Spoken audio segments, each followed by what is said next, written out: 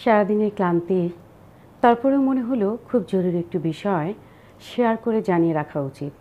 কারণ তীব্র তাপদাহ পরিস্থিতিতে আমরা কিন্তু কিছু স্বাস্থ্যগত সমস্যার মুখোমুখি হচ্ছি। আমার নিজের অভিজ্ঞতা থেকেই আমি এরকম একটি ঘটনা শেয়ার করতে চাই। শুরুতেই বলে নিই, মঙ্গলবার কিন্তু বাংলাদেশের দ্বিতীয় সর্বোচ্চ তাপমাত্রা রেকর্ড করা হয়েছে যশোরে 43.8 ডিগ্রি সেলসিয়াস।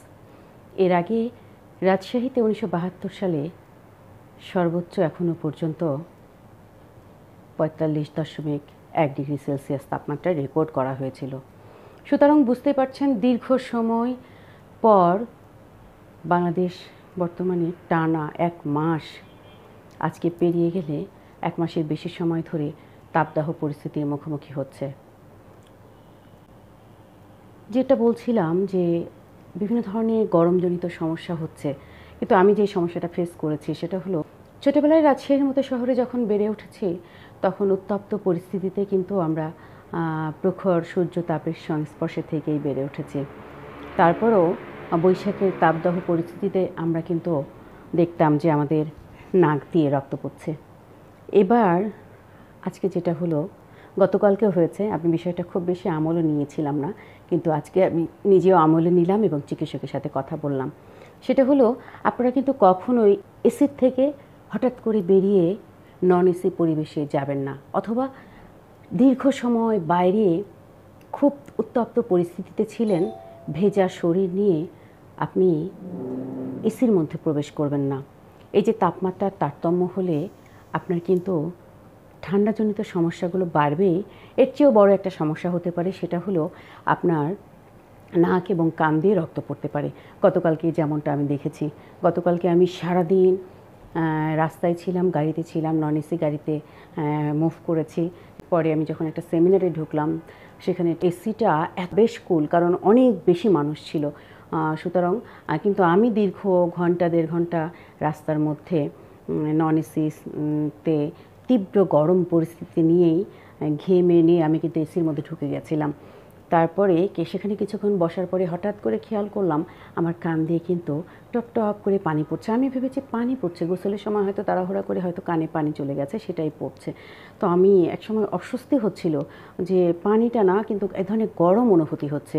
তখন আমি টিস্যু দিয়ে দেখলাম যে ব্লাড, তাজা একদম লাল রক্ত বের হচ্ছে।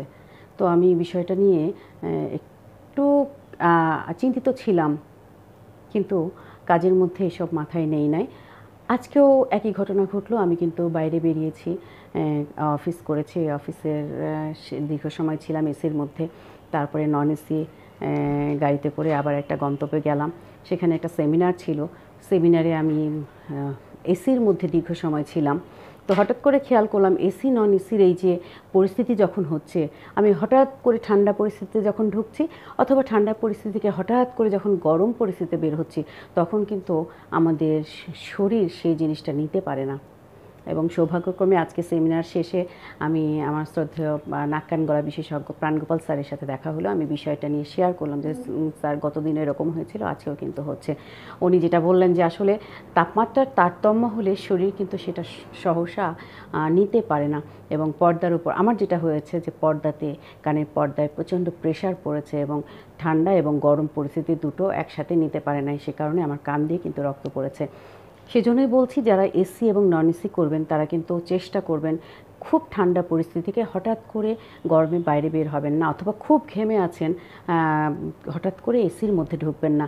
তাহলে হবে কি, শরীর এই হঠাৎ ঠান্ডা গরমটা নিতে পারে না। আর হঠাৎ ঠান্ডা এবং গরমের কারণে যে আপনার নাক দিয়ে রক্ত পড়া বা কান দিয়ে রক্ত পড়া, এরকম যারা আমরা এসিতে সবসময় চলাচল করি তাদের ক্ষেত্রে হয়তো সমস্যাটা খুব বেশি হবে না, কিন্তু যারা এসি নন এসি হচ্ছে তাদের কিন্তু এই জিনিসটা মাথায় রাখতে হবে। চরম গরমের পরিবেশ থেকে আপনি হঠাৎ করে এসিতে ঢুকবেন না। তার আগে কিছুক্ষণ একটু নিজেকে জিরিয়ে নেন, নিজেকে একটু দম নিয়ে স্বস্তি শ্বাস ফেলার সময় দেন। শরীরটা যখন একটু হালকা ঝিরঝির হবে, ঘামটা কিঞ্চিত শুকিয়ে আসবে, তারপর কিন্তু আপনি এসি পরিবেশে ঢুকবেন। আমি কিন্তু আমার অভিজ্ঞতার আলোকে আমি কিন্তু দেশের বিশেষজ্ঞ নাক কান গলার চিকিৎসক অধ্যাপক ডাক্তার প্রাণগোপাল স্যারের সাথে কথা বলেছিলাম, এবং তিনি কিন্তু সেই পরামর্শটাই দিলেন যে তাপমাত্রার তারতম্যের কারণে কিন্তু এখন নাক কান গলার এই সমস্যাগুলো হতে পারে। তো শরীর বুঝে, পরিস্থিতি বুঝে হঠাৎ ঠান্ডা কিংবা হঠাৎ গরমের পরিবেশের মধ্যে আপনারা ঢুকবেন না। সবাই ভালো থাকুন, সুস্থ থাকুন, সবার মঙ্গল হোক।